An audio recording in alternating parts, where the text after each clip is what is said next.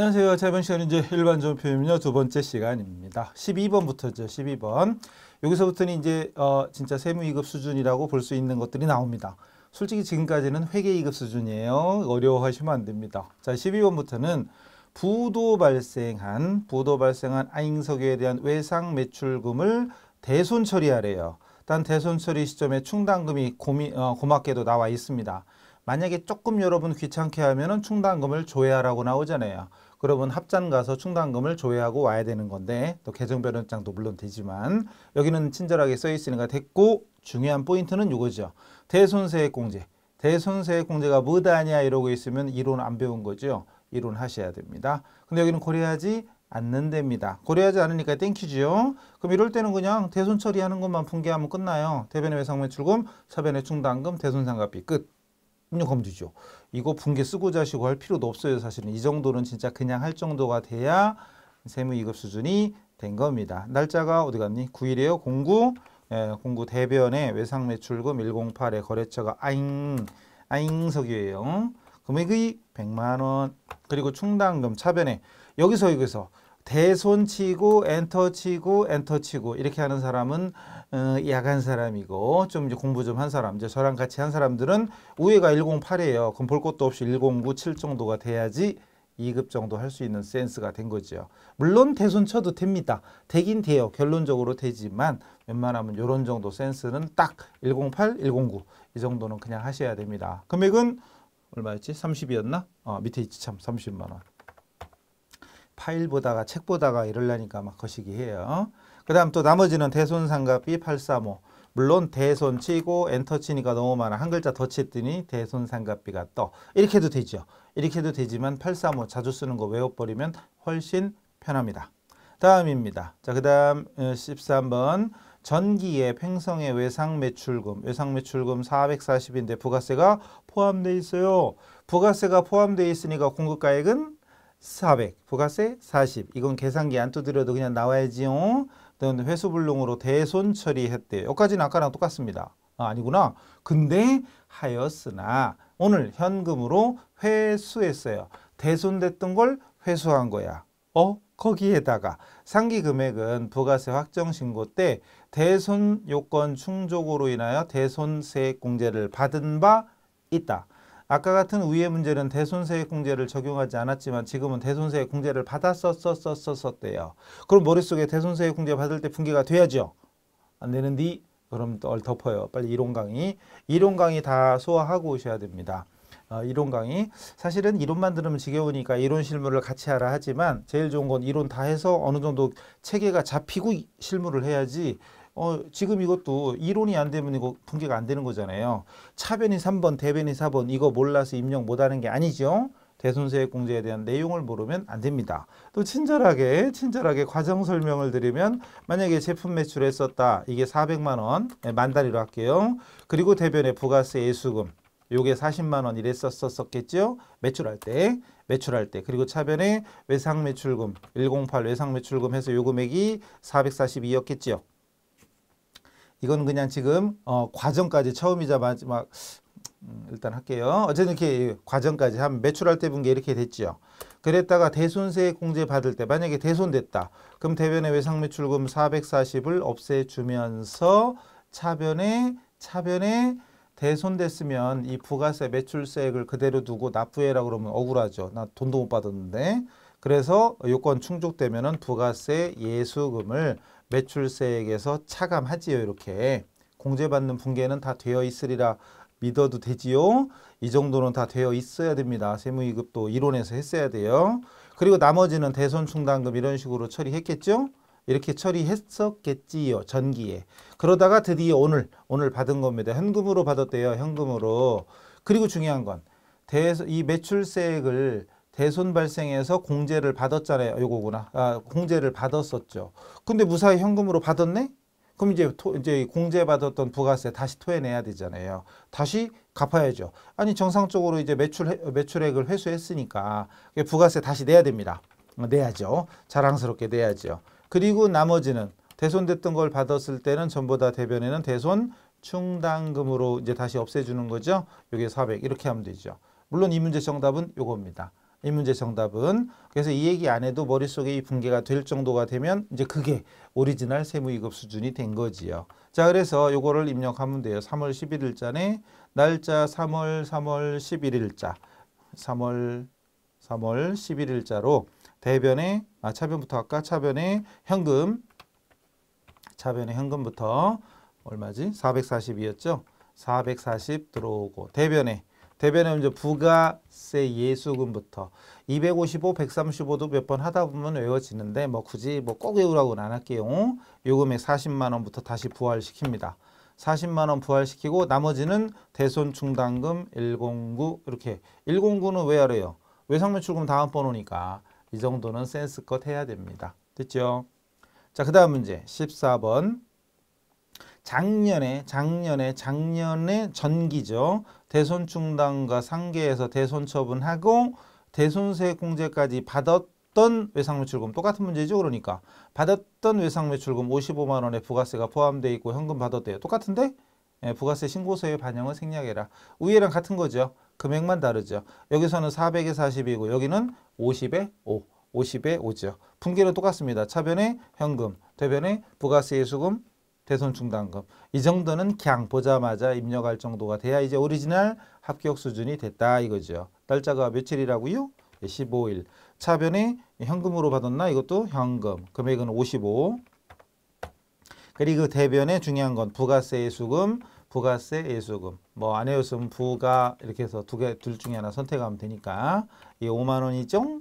그리고 또 대변의 나머지는 외상매출금에 플러스 1번, 외상매출금 플러스 1번, 109번 이 정도로 입력할 수 있게 하셔야 됩니다. 자, 그 다음 그리고 참 이번에 교재를 새로 내면서 사실은 제가 어쨌든 제 잘못이에요. 제가 끝까지 확인했어야 되는데 저는 원래 예를 들어서 새로 내면서 기존에 잘못됐던 거라든가 새로 추가하는 문제 위주로 신경 쓰다 보니 기존에 멀쩡했던 걸 제가 안 봐가지고 놓쳤어요. 요거 밑에 문제 15번 문제에 여러분 한 줄로 돼 있잖아요. 그 중에 대손 충당금이 밑으로 내려와야 돼. 밑으로 내려와서 차변에 있어야 되는데 편집하시는 분은 회계를 모르니까 그냥 죄송해요. 제가 끝까지 확인 못 해가지고. 그래서 여러분 문제지에 있는 것 중에 대변에 외상매출금하고 차변에 대손상각비까지 있는데 얘가 갑자기 오른쪽으로 대변 쪽에 있는 것처럼 보이죠? 그걸 차변으로 내려요. 줄바꿈 내려요. 그럼 대손 처리할 때 이렇게 됐던 거예요. 이렇게 됐었어요. 전기에 대손 처리한. 전기에 대손 처리했던 외상매출금이 보통예금으로 입금되었고 전년도에 이렇게 분개했었어요. 전년도에. 그리고 대손세액공제는 적용하지 않았답니다. 그럼 이 문제는 대손세액공제는 없는 거예요. 결국은 전년도에 이렇게 대손 처리했던 걸 오늘 받았다 이거죠. 그러면 차변에 일단 보통예금이구나. 보통예금 들어오면서 대변에 중요한 거. 만약에 2번 예를 들어서 이거 1월 달에 대손됐다가 오늘 받았다. 그러면 대손될 때 분개 요 두 개, 차변에 써있던 두 개를 대변에 써주면 끝나는 거죠. 차변에 써있던 두 개를 대변에 써서 취소, 끝. 근데 지금 이 문제는 전년도에 대손 처리했던 걸 받은 거잖아요. 그럴 때는 대변에 무조건 충당금 써주는 거죠. 100만 원 얼마 이건 상관없어요. 이건 이 회계 처리는 작년 거니까 필요 없고 전기잖아요. 그러니까 오늘은 그냥 무조건 대손 충당금 써주면 끝납니다.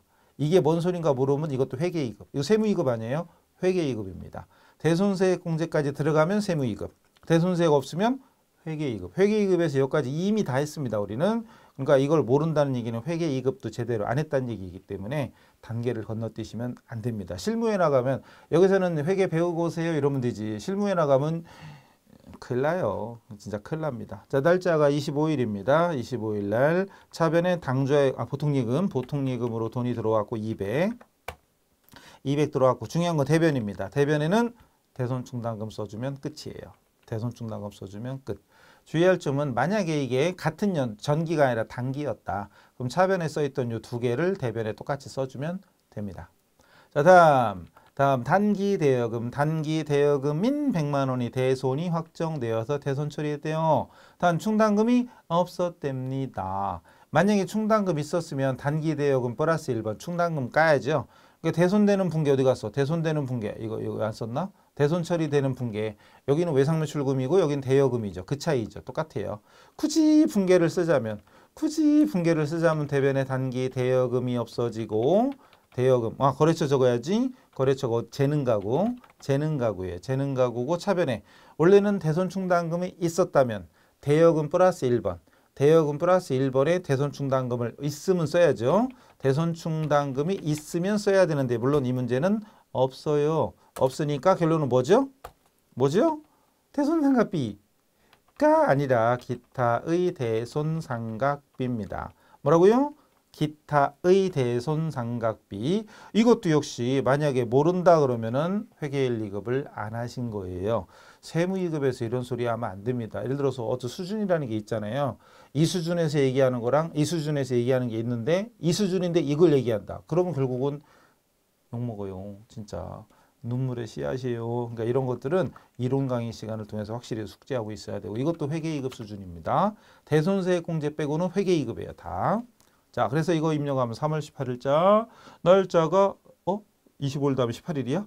넘어가요. 어쨌든 18일 날 대변에 대여금이죠. 단기 대여금 거래처 재능가구 금액이 얼마였어? 100만 원. 그리고 차변에 만약에 충당금이 있었으면 만약 114번 플러스 1번이잖아요. 바로 위에가 114야. 그럼 밑에는 115, 7 정도 돼야지. 근데 대손 쳐보고 엔터 쳐보면 대여금, 요거 대여금에 나오는 거 있죠? 이걸 선택하는 거예요. 있으면. 근데 여기는 없으니까 기타. 주의할 점은 그냥 대손상각비가 아니라 기타의 대손상각비다. 중요한 겁니다. 끝. 이렇게 됩니다. 다음 문제 4월 2일 날 천사로부터 원재료를 매입한 게 아니라 계약하고 계약금을 수표로 지급했다. 수표로 지급했다는 얘기는 수표를 발행하여 지급했다라고 해석을 해야죠.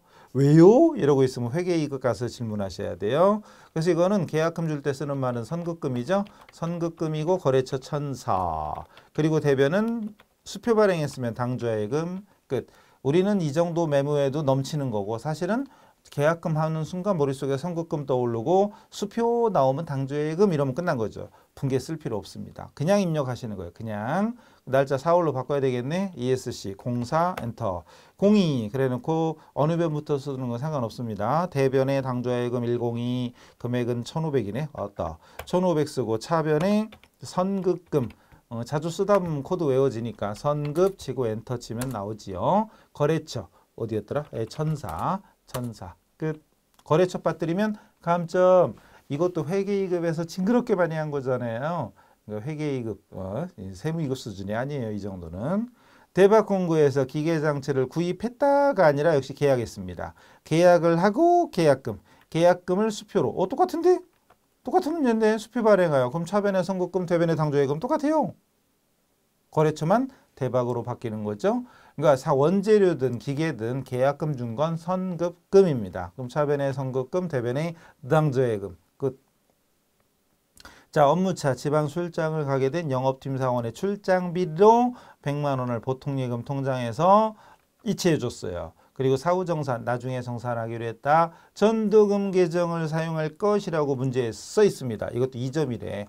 너무 쉬운가 봐. 보통 3점이잖아요. 너무 쉽다 이거지. 이것도 회계 2급이죠. 아무 말도 없으면 이럴 때 쓰는 게 회계 2급에서 뭐였죠? 가지급금이지. 그런데 문제는 회계 1급 이후부터는 주로 개인기업보다는 주식회사 위주고 그리고 법인을 전제로 하기 때문에 법인에서는 가지급금이라는 걸 마음대로 쓰면 안 돼요. 그래서 이렇게 전도금 이런 식으로 쓰는 겁니다. 어쨌든 이 말이 없었으면 가지급금을 떠올리면 그래도 공부를 한 건데 가지급금도 모른다. 그러면 심각한 거예요. 회계이고 가셔야 돼.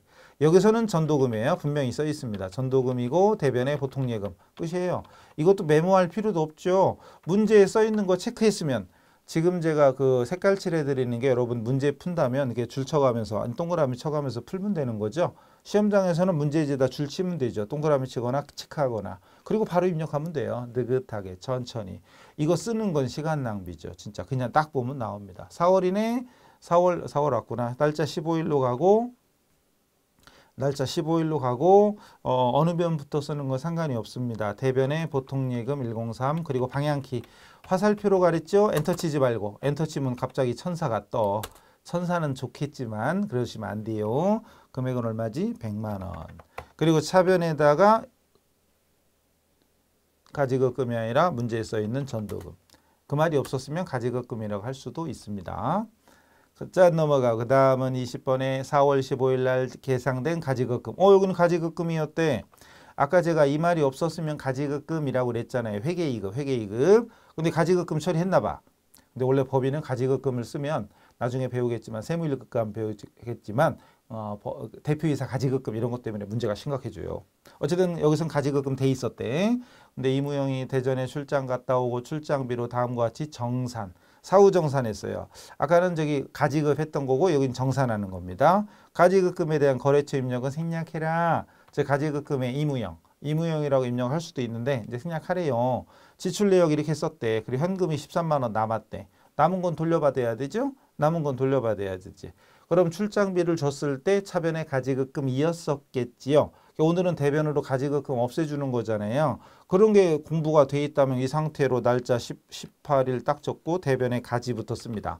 가지 딱 쓴 다음에 거래처 생략하랬고요. 100만 원이었죠? 이거 87에 13이니까 100만 원 줬던 거예요. 그리고 차변에 여비 교통비를 쓰는데 800번대를 써야죠. 왜? 영업팀이니까 800번대를 줍니다. 그 금액이 87만 원.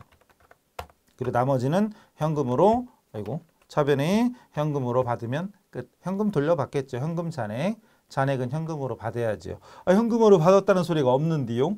에이, 그래도 이 정도는 센스거 현금으로 돌려받는다 이렇게 처리하면 되겠지요. 가지급금 기억하세요. 자, 문제에 따라서 여기서는 가지급금, 여기서는 전도금. 문제만 잘 읽으면 됩니다. 그 다음에 참 이거 잘 보셔야 돼요. 잘 보세요. 이거는 2021 개정세법과 관련이 있고요. 출장 중인 영업부 직원들이 카페 좋아해서 아이스 아메리카노를 주문하고 아이스지 아이스. 어쨌든 다음 신용카드 매출전표 카드 결제했대요. 신용카드로 결제했습니다. 뭐 어쨌든 어려운 얘기는 아니야. 근데 문제는 거래일 현재 카페 좋아하는 간이과세자고요. 직전유도 공급가액 6천만 원인데 제가 이거를 숫자를 바꿀 거 그랬어요. 여러분 6,400을 하지 말고 6,000을 하지 말고 4,000으로 바꿔주실래요? 설명을 드릴게요. 4,000으로 바꿔주세요. 여비로 처리하래. 사실 이게 나중에 공부 더 우리가 하면 이런 게 있었어요. 원래 간이과세자라는 문제가 나왔잖아요. 간이과세자로부터 매입한 신용카드나 현금 영수증 이런 것들은 간이과세자 매입부는 매입세액 공제가 불가능합니다. 즉 불공이에요. 불공이지. 그렇다고 해서 매입 매출 전표할 때 불공이 아니었죠. 카드로 결제했는데 공제받을 수 있으면 카과잖아요. 근데 공제받을 수 없으면 불공이에요? 아니에요. 이거 모르는 사람들은 매입 매출 전표 기다리세요. 어쨌든 그건 불가능하기 때문에 일반 전표에 적는 거예요. 그래서 일반 전표 문제로 나오는 거야 이게. 간이과세자로부터 매입부는 매입세 공제가 불가능하다. 그렇기 때문에 이건 불공이 아니에요.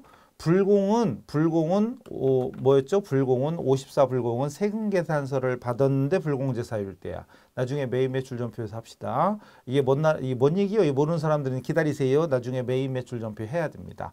불공 아니고 불가능해. 그래서 이건 일반 전표에 입력하는 문제로 출제가 된 겁니다. 그런데 2021 개정세법 중에 7월 1일 이후지만 7월 1일 이후인데 7월 이후지만 간이과세자 매입부도 간이과세자로부터 매입분도 이제 공제가 가능해졌어요. 공제가 가능해졌기 때문에 만약에 여기서 이제 간이과세자 기준이 2021년 바뀌었잖아요. 이제 8천으로. 그래서 이게 4천이 아니고 이게 만약에 8천이다. 만약에 8천이다 그러면 이제 일반 과세자나 똑같은 거야. 그럼 공제받을 수 있으니까 이건 일반 전표로 안 나오고 매입 매출 전표로 나와서 카과로 입력해야 돼요. 제가 지금 중국말 하는 거 들리는 분들은 매입 매출 전표 아직 안 배웠을 수도 있어요. 또 간이과세자 매입분을 처음 들어봤을 수도 있어. 어쨌든 세무이급에서는 나중에 매입 매출 전표 필수고 또 부속 서류에도 있어요. 필수. 거기서 다시 설명드릴 거예요. 근데 회계 1급에서도 아마 이거 이렇게 나온 적은 있을 건데 어쨌든 간이과세자 매입분이 공제가 불가능했었다. 그래서 이 문제 정답은 원래는 그래서 기존 정답은 그냥 차변에 여비교통비였지. 여비교통비로 처리하고 부가세 안 뜹니다. 이거 분명히 여기 부가세 없어요 여기? 아예 그것도 없구나. 부가세가 아예 없구나. 부가세가 없으니까 고민할 필요도 없네. 그럼 여기서는 그냥 어차피 고민할 필요도 없이 카드 결제할 때는 미지급금 또는 미지급 비용 또는 미지급 비용. 여기서는 고민할 필요 없이 쓰면 돼요. 근데 이왕 공부하는 거 개정된 것까지 적용 가능하려고 이제 같이 하는 거예요, 지금. 어쨌든 공제가 가능해요. 자, 근데 단서가 있어.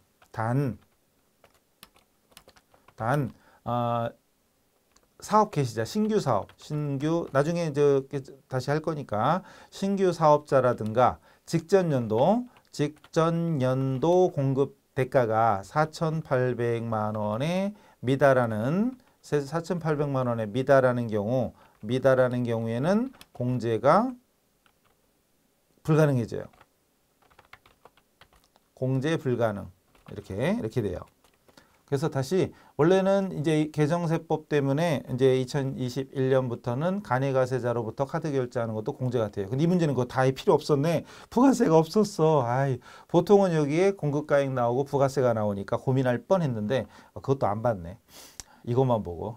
참말로. 어쨌든 결론은 이 문제 답만 찾으려면 부가세가 아예 없으니까 고민할 필요도 없이 그냥 차변의 여비교통비, 대변의 미지급금 또는 미지급 비용, 그리고 신용카드사, 카드사가 어디였지? 어디 카드였어? 삼성카드네요.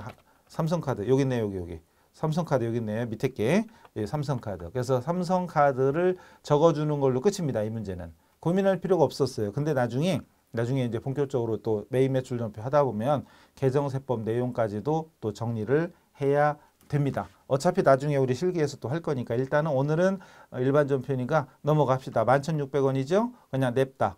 영업부직원이죠. 그러니까 800번대의 여비교통비로 처리하고 대변의 미지급금 또는 미지급 비용 끝.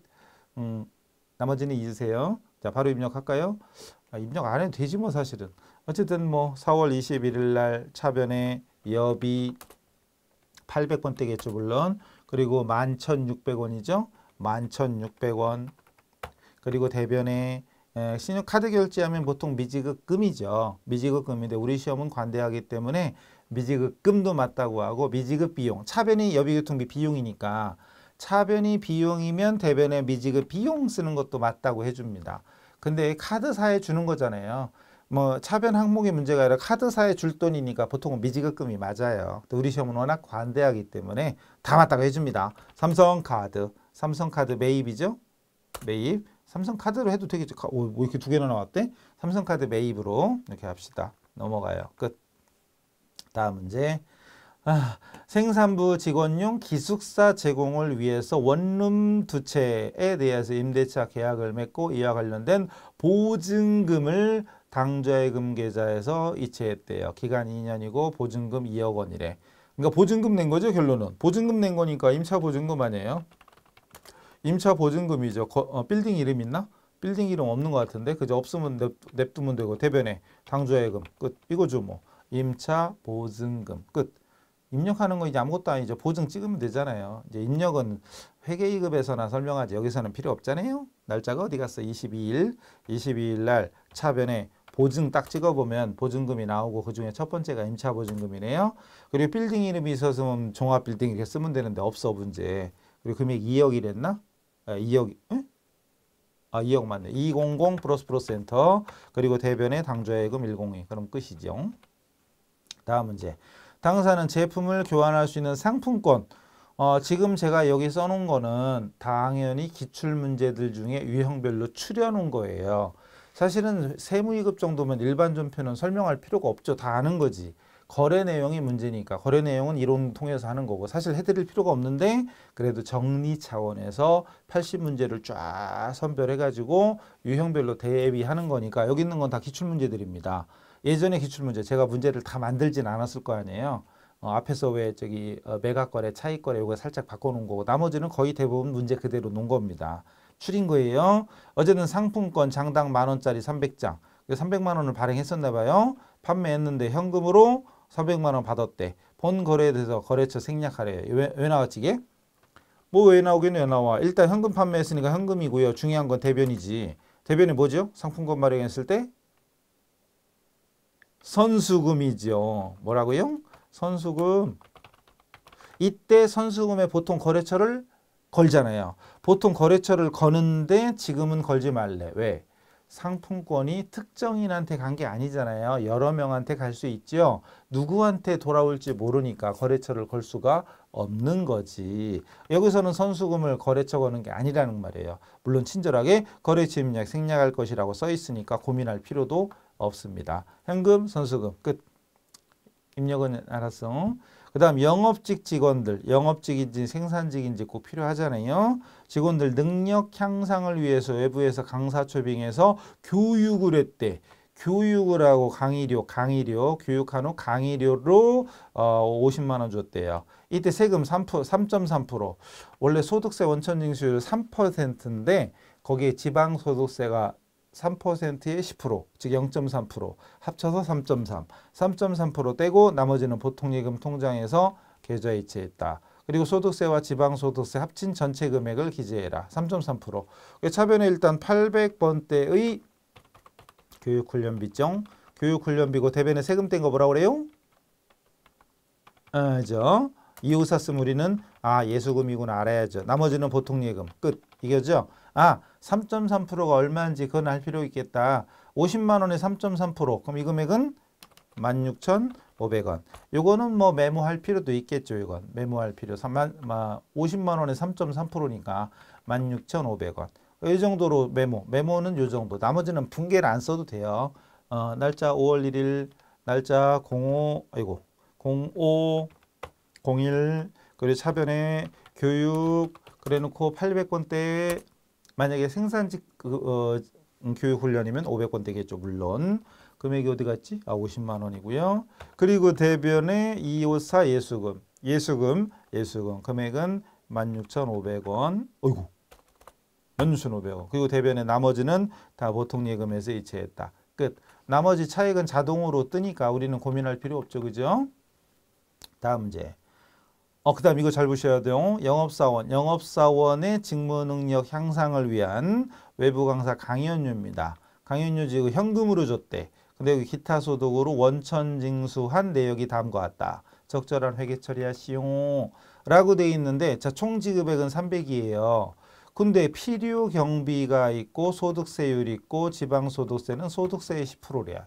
이때 소득세 이론을 안 배웠으면 이런 문제 못 풀죠. 일단 지급 총액은 300이지만 필요 경비가 60%면 하지 말죠. 그럼 이 소득을 받은 사람은 소득 금액은 원래는 300이었지만 거기에서 300만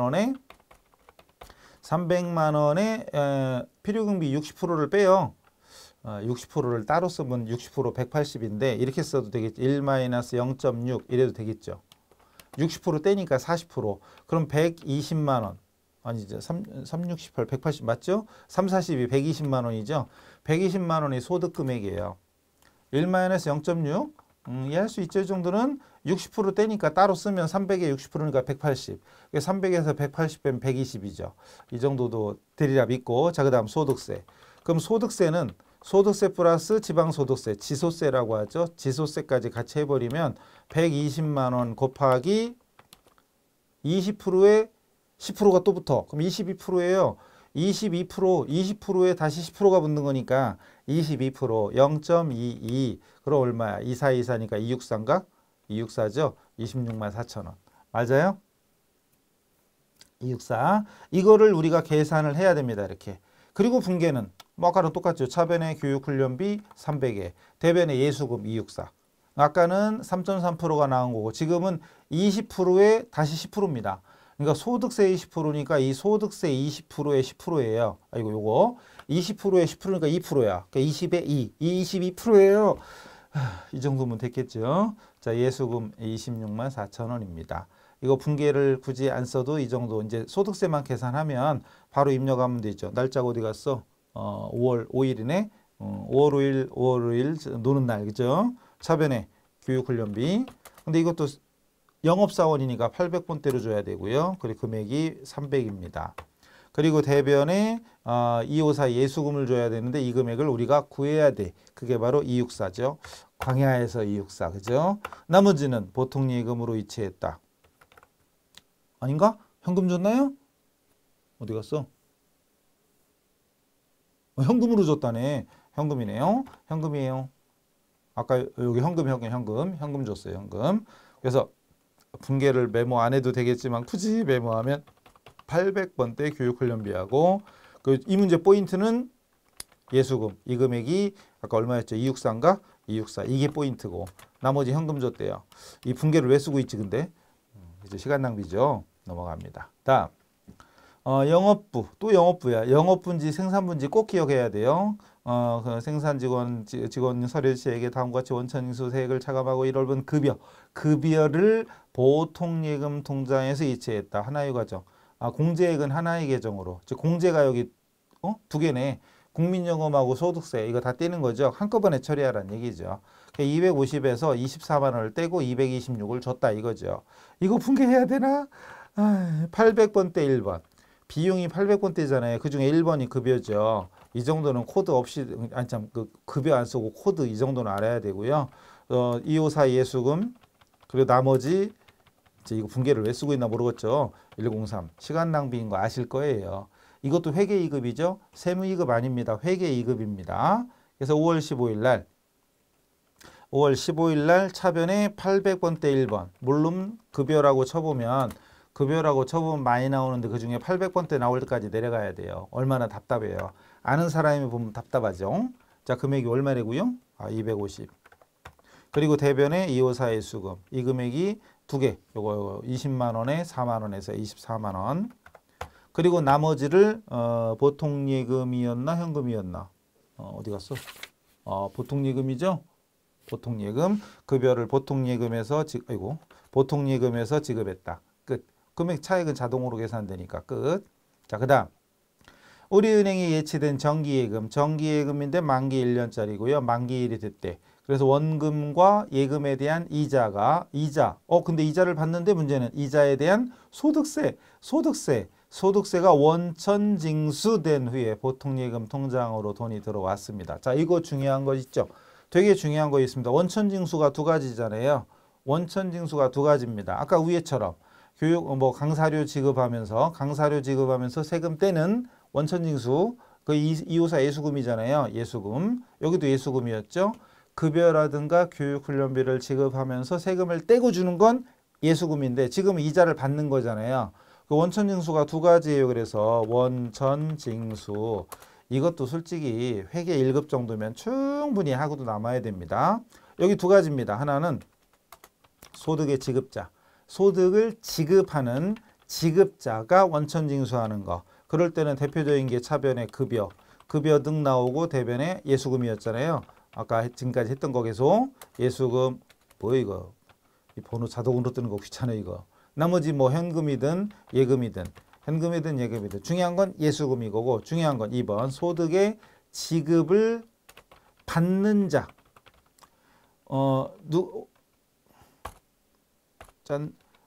급여를 주거나 강사료를 주거나 뭐를 주는 쪽에서는 세금을 떼면 원천징수하면 예수금으로 처리합니다.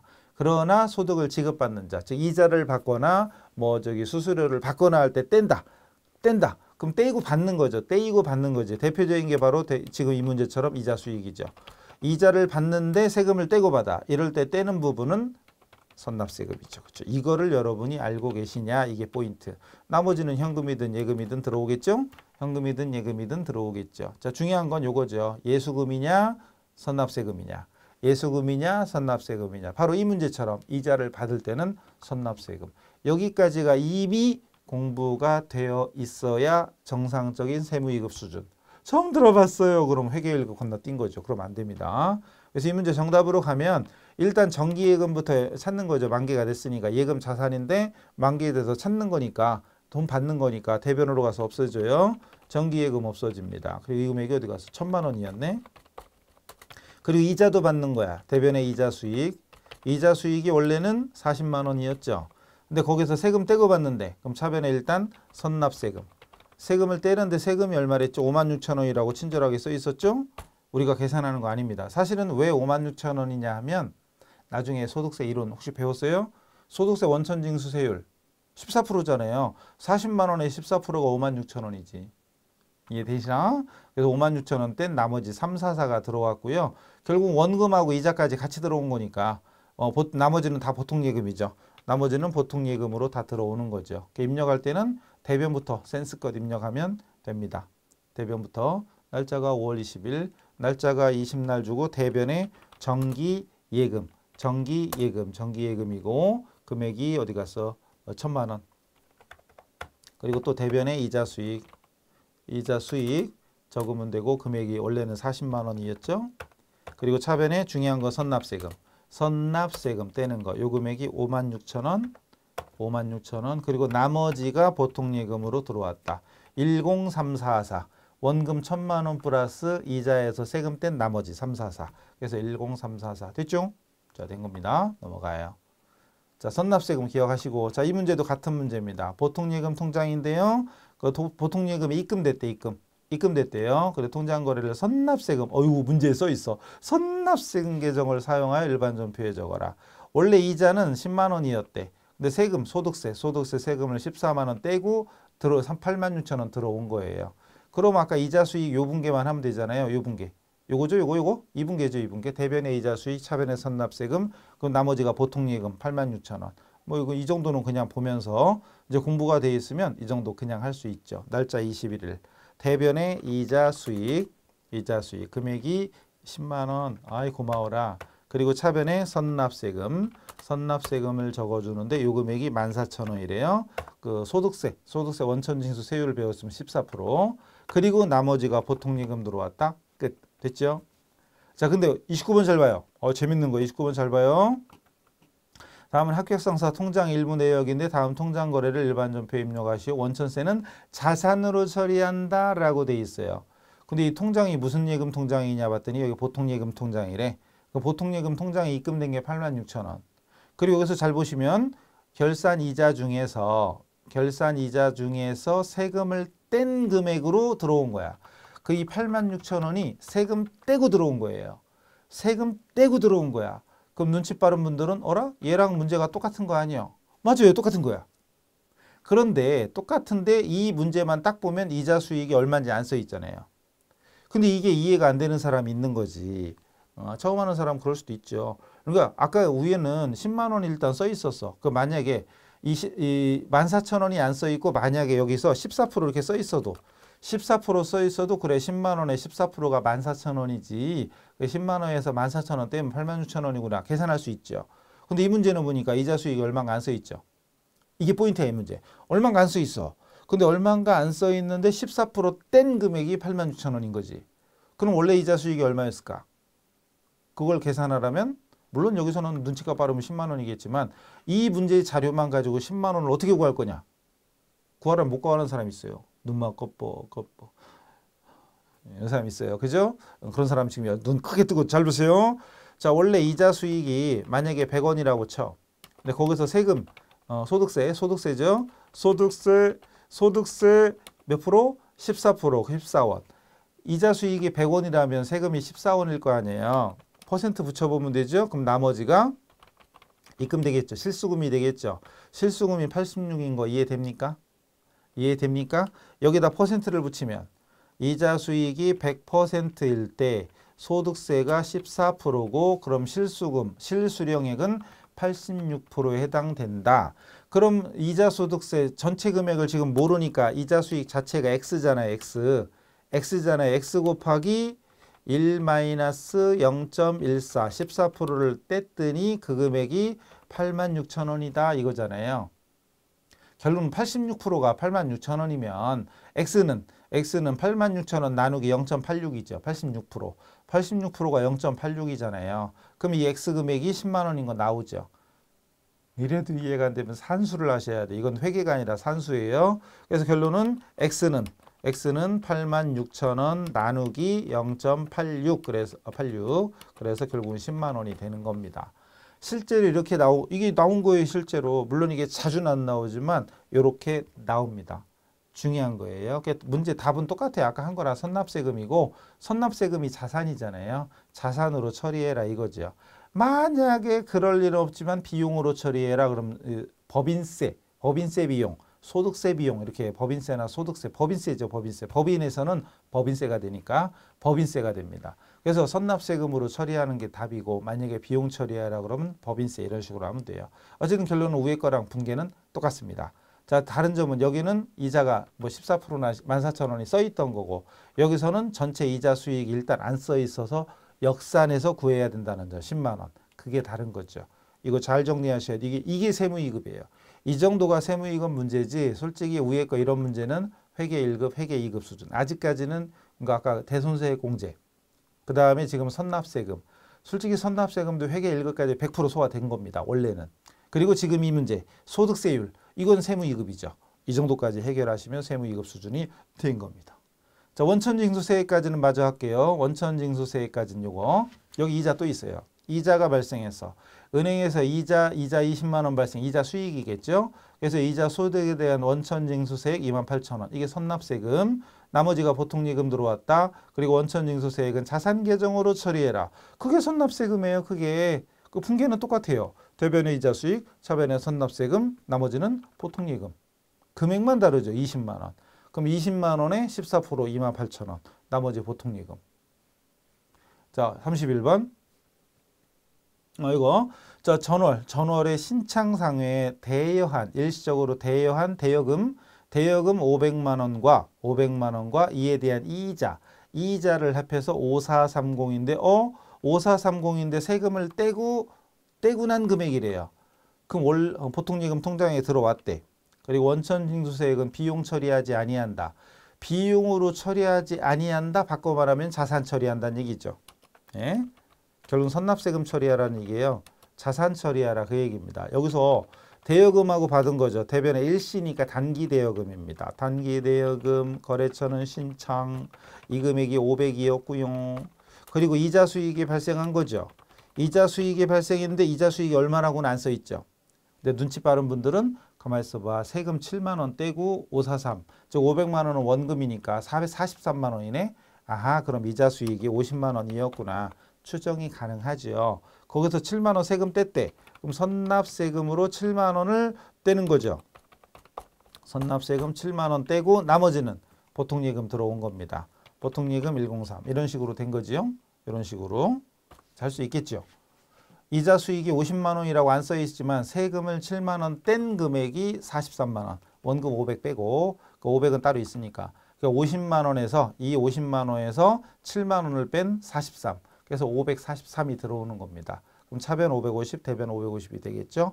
자, 이렇게 선납세금. 그래서 조금 그래도 지금까지 한 것 중에 조금 어렵다 할 것들은 앞에서 했던 것 중에 대손세액 공제. 그건 대손세액 공제는 세무이급 수준 맞아요. 그 다음에 소득세 원천징수, 소득세율 계산하는 거 이런 것들도 세무이급.